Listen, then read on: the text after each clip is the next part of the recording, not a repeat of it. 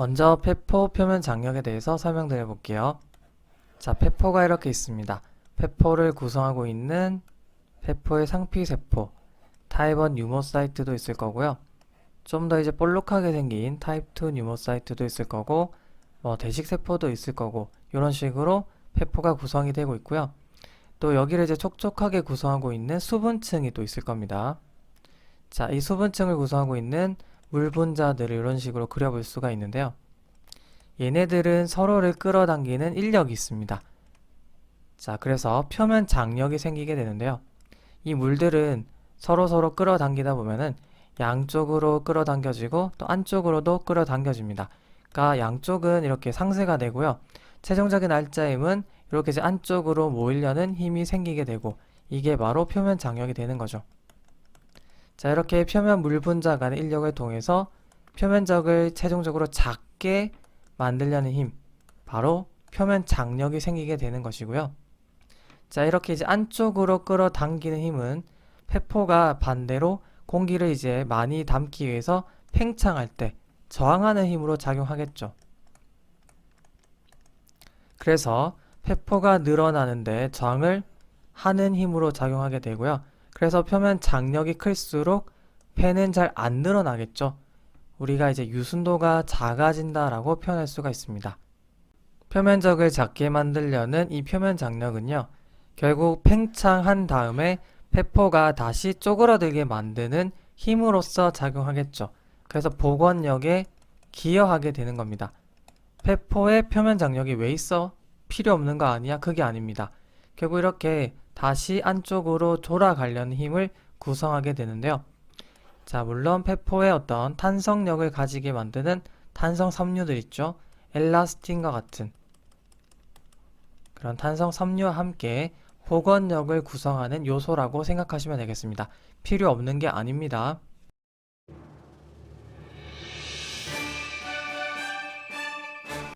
그런데 우리 폐포에는요, 계면활성제가 존재합니다.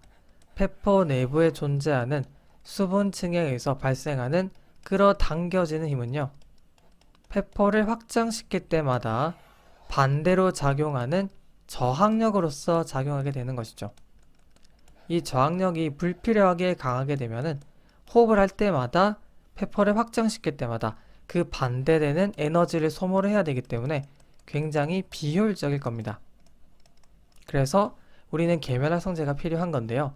계면활성제를 통해서 물과 물 사이의 인력을 약하게 만들어주면은 결국 안쪽으로 향하는 표면 장력을 낮춰주게 되면서 신전에 대한 저항력을 낮춰주게 되는 거겠죠? 그리고 이렇게 안쪽으로 향하는 힘은 결국 폐포를 쪼그라지게 만드는 힘이 되는 거고요. 그래서 좀 더 덜 폐포가 허탈이 되게 만들어줄 수가 있습니다. 폐포 표면 장력을 낮춰줬으니까요. 그리고 다른 말로는 유순도가 향상이 됐다라고 표현하는데요. 그러니까 쉽게 폐포를 늘렸다가 작게 만들었다가 할 수가 있게 되는 겁니다. 자, 결국 호흡을 용이하게 할 수가 있게 되겠죠. 자, 극단적인 예로 신생아 호흡 곤란 증후군이라고 하는 게 있는데요. 우리가 이런 계면활성제가 태아 25주에서 34주 사이에 분비가 됩니다. 그러니까 25주에 분비가 되기 시작하고 34주까지 분비가 되는데요. 자, 이 서펙턴트가 부족한 상태에서 분만이 되는 겁니다. 조산이 되는 것이죠. 그러면 이런 서펙턴트가 없는 상태에서 충분하게 폐를 확장을 못 시키겠죠. 폐포가 쪼그라들게 되면서 공기 확보가 안 됩니다. 그러면 산소를 제대로 획득하지 못하게 되면서 청색증이 발생하면서 심하면 사망할 수가 있게 되는 것이죠. 호흡곤란을 유발할 수가 있게 되는 겁니다.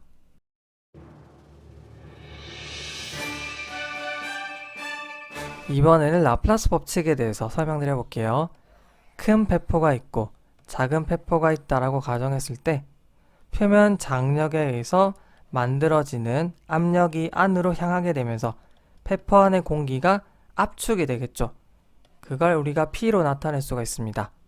자, 이 P는 당연히 표면 장력과 비례하는 건 알 수 있겠죠. 그리고 만약에 표면 장력이 같다면 반지름과는 어떤 관계가 있을까요? 자, 똑같은 표면 장력을 화살표 크기로 나타내 볼게요. 자, 이거를 그대로 작은 반지름 쪽으로 가져가게 되면은 보다 큰 압력으로 작용할 수 있다라고 하는 걸 알 수가 있습니다. 즉, 반지름이랑은 이 압력과 반비례 관계가 있는 것이죠. 그래서 이 관계를 정리했을 때 P는 R분의 2T라는 식을 우리가 라플라스 법칙이다 라고 정리할 수가 있습니다. 자, 이때 우리가 작은 페퍼랑 큰 페퍼를 한번 비교해 볼 텐데요. 먼저 계면활성제가 없다라고 가정하고 큰 페퍼랑 작은 페퍼를 연결시켜 볼게요. 같은 기도로 연결이 되어 있는데 P1, P2 그리고 R1, R2라고 해볼게요. 자, 일단 표면 장력은 같다라고 할 수가 있겠죠. 같다라고 한다면 이 P는 반지름의 반비례해서 나타날 거고요. R1이 더 크기 때문에 P2가 더 높겠죠. 그러면 이 압력에 의해서 압축된 공기 압력이 더 높기 때문에 압력은 높은 데서 낮은 쪽으로 가게 되고 공기가 이렇게 흘러가겠죠. 그러면 최종적으로 공기가 다 빠져서 여기는 허탈이 될 수밖에 없습니다. 자, 그러면 만약에 계면활성제가 없다면 큰 페퍼랑 작은 페퍼가 같은 기도로 연결이 되어 있다면 결국 이거는 못 쓰게 된다라는 소리겠죠. 굉장히 치명적일 겁니다. 그런데 다행히도 우리 인간은 계면활성제를 가지고 있고요. 자, 계면활성제는 작은 페퍼일수록 좀 더 높은 농도로 분포할 수밖에 없겠죠. 이렇게 이제 큰 페퍼는 듬성듬성 존재하고 작은 페퍼에는 조밀하게 이렇게 농도가 높게 될 수밖에 없습니다. 반지름의 차이에서 또 이런 일이 나타나게 되는 것이죠. 그러면 자, P는 R분의 2T라고 했는데 보다 많은 T가 감소가 되겠죠. 반지름이 작은 페퍼에서는 많은 수의 어떤 텐션이 떨어질 거고 그만큼 압력이 감소하게 되면서 이 R에 대한 효과를 이 T의 감소폭으로 조정해 줄 수 있는 게 바로 계면활성제의 존재라고 하는 것입니다. 결국 P1과 P2가 같아지면서 한쪽으로 공기가 치우치는 게 아니라 서로 공존할 수 있게 해주는 것이죠. 그러니까 작은 페퍼가 허탈이 되지 않아도 좋다라고 하는 겁니다. 얼만큼 계면활성제가 중요한지 알 수가 있겠죠. 자, 오늘은 여기서 마무리할게요. 수고 많으셨습니다.